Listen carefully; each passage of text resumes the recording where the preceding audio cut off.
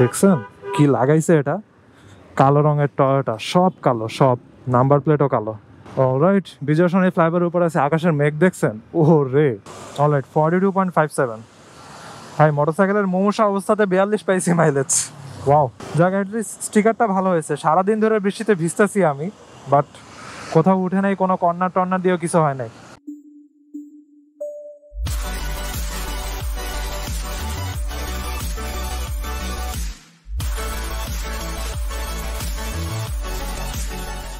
এই what is going on.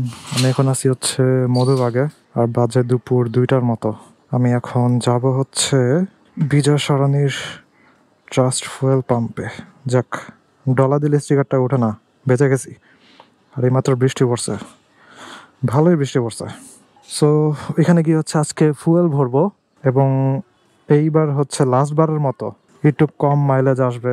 তারপরে আশা করতেছি মাইলেজ ভালোই বাড়বে। কেন, ওইটাই আমি এখন বলবো যেতে যেতে। So let's go. লুকিং গ্লাসের ভিতর থেকে পানি পড়তেছে। অলরাইট, ঢুকলাম হাতিরঝিল ব্রিজে। সো এবার বলি কেন হচ্ছে এটা আমার বাজে মাইলেজের লাস্ট বার। কারণ আমার এয়ার ফিল্টারে অনেক মুমূর্ষু অবস্থা ছিল।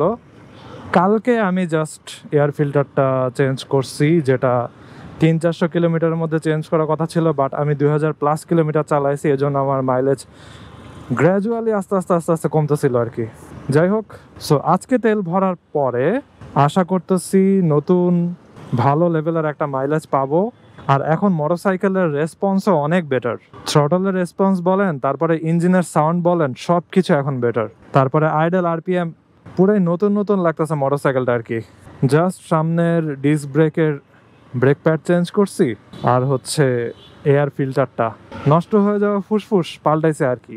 জাস্ট ফুসফুস পাল্টানোর কারণে পুরাই চেঞ্জ। এখন পুরা পাংখা হয়ে গেছে মোটরসাইকেল। এই জন্যই আশা করতেছি আজকে তো মাইলেজ কম আসবেই, এর পরের বারের মাইলেজ অনেক ভালো আসবে। So at least I can hope that.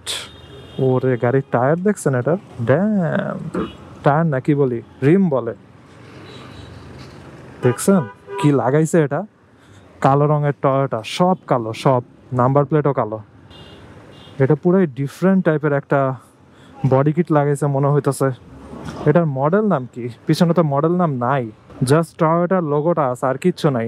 কিরে ভাই, ফার্স্টে আমি ভাবছি শুধুমাত্র টায়ারটা চেঞ্জ করছে, এখন দেখি অনেক কিছুই।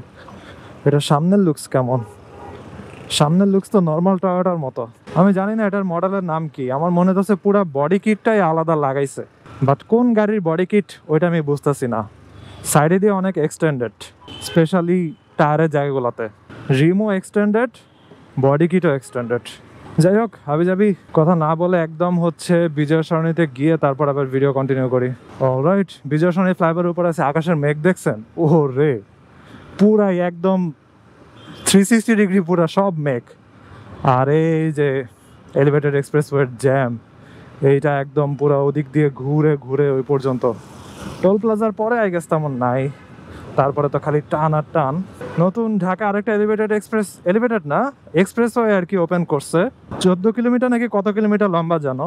ওইটাতে হচ্ছে 3 চাকার যানবাহন এবং 2 চাকার যানবাহন চলা নিষেধ বলে দিছে, একদম নিষেধ। আমরা এত ভালো একটা রাস্তা পাওয়ার পরেও আমরা বাইকাররা ওইটা ইউজ করতে পারবো না। এখন মোটরসাইক্লিস্টরা এটা ডিজার্ভ করে কিনা, অনেকেরাই বলে যে এটা হওয়া উচিত না, এটা আমাদের অনেক কাজে লাগতো। আবার অনেকেই বলে যে এটাই বাইকাররা ডিজার্ভ করে, কারণ কোনো একটা ভালো রাস্তা পাইলেই ছাপড়িগিরি শুরু হয়ে যায়। 10 জনের ভিতরে 6 জনই উল্টাপাল্টা রাইড করা শুরু করে। এই জিনিসগুলা বারবার ফেস করতে করতে, এবং নতুন রাস্তা খুললেই খালি অ্যাক্সিডেন্ট। ও রে, বাতাস দিকে আমার টাইনা নিয়ে যাইতেছে। এই বারবার খালি অ্যাক্সিডেন্ট এসবের রেকর্ডের কারণেই এখন এগুলো সব বন্ধ করে রাখছে আর কি। খুবই বাজে, বাট বাইকাররা ওই সব ছাত্রীদের জন্য শাস্তি পাইতেছে আর কি। কি আর করার। বাই দ্য ওয়ে, লাস্ট তেল ভরার পরে হচ্ছে অ্যারাউন্ড 270-271 হয়ে গেছে এই মাত্র। এত কিলোর মতো চলছে, প্লাস মাইনাস আর কি। আর যখন হচ্ছে ইনপুট দিব তখন বোঝা যাবে ঠিক মতো যে কত কিলোমিটার চলছে, কত লিটার তেলে। আমি আপনাদেরকে একটা ডাটা দিতে পারবো, আর ওইটা হবে আর কি ওই বাজে এয়ার ফিল্টারে লাস্ট ডাটা। আমি ডানে যাবো bro, give me a little space, thank you so much. Perfect একটা ইউ টার্ন, কোনো পা নামানো লাগে নাই, কিছু না। প্রধান উপদেষ্টার কার্যালয়। Let's go. চলে আসছি ট্রাস্ট ফুয়েল পাম্পে, দেখি সিরিয়াল কেমন। এটাতে যে সময় আসি না কেন সিরিয়াল একটা লাইগাই থাকে, বাট দুপুর টাইমে আশা করতেছি কম থাকবে। আশা করাটাই ভুল ছিল আমার। দেখছেন অবস্থা আছে মোটামুটি। জানি না কয় লিটার ভাড়া লাগবে, পকেটে টাকা কম। ভাই ফুল? হ্যাঁ 6.3 780 6.39। অলরাইট 6.39 780 টাকা নিছে। এবার একটা জায়গা খোঁজা লাগবে যেখানে বসে এটা ক্যালকুলেশন করা যাবে। জায়গা নাই, তাহলে বিজয় সরণি সিগন্যাল পার হয় তারপরে ভিডিওটা আবার অন করি। বৃষ্টি পড়তেছে প্রচুর, দেখছেন কি অবস্থা। আমি একটু আগে মুছছি এটা, আর আমি ট্রাস্ট ফুয়েল পাম্পে বসে বসে এতক্ষণ ভিজতেছিলাম। আমরা যারা ওয়েটিংয়ে ছিলাম তারা সবাই ভিজতেছিলাম ওইখানে বসে বসে। এক লোক হচ্ছে মাঝখান দিয়ে মোটরসাইকেল ঢুকে দিয়েছিল, পরে তো সবাই রাগারাগি পুরা। ওই মেয়ে এটা কি বিয়ার টিয়া পাইছেন নাকি যে মাঝখান দিয়ে ঢুকে যাবেন দালাল দিয়া। যাই হোক, এখানে একটু দাঁড়াই, একটু ছায়া পাইছি। সো এবার দেখি কেমন মাইলেজ আসে।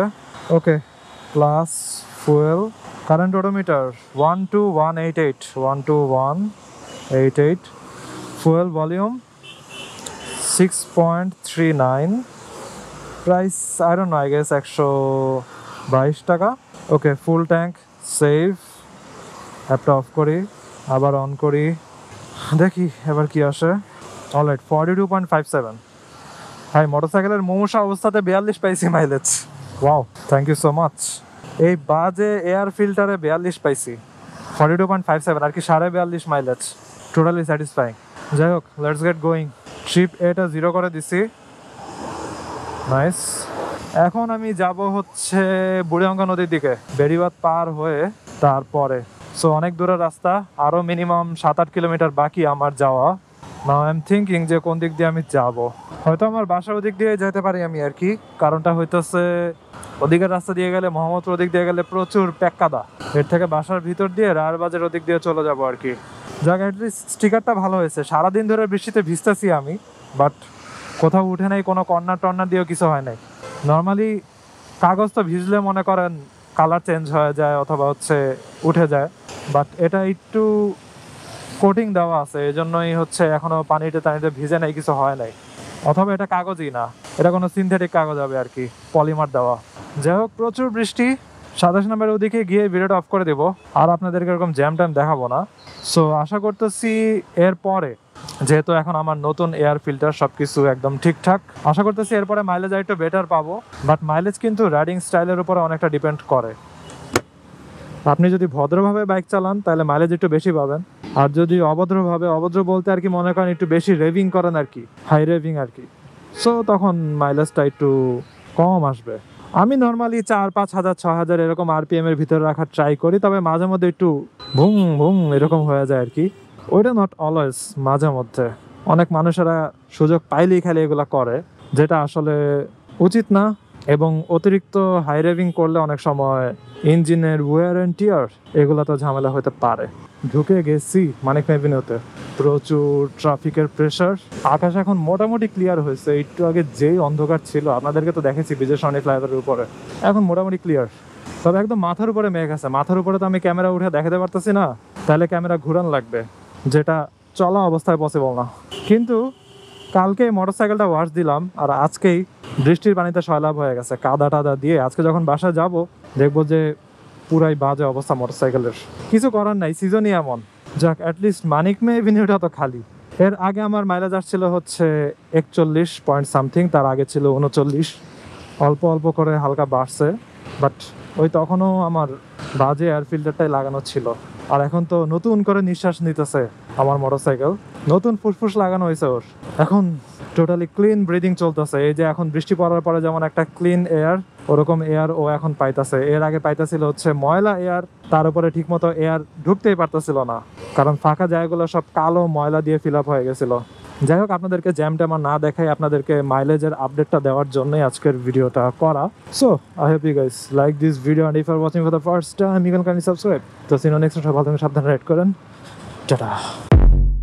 I wake up to a little bit of drool on my pillow, feel like it's gonna be a bad day. Yeah, I'm tired of shit, and the coffee ain't hit yet. Damn, ain't that great. I don't wanna go to work, cause my boss is a jerk, and I'm not even that paid.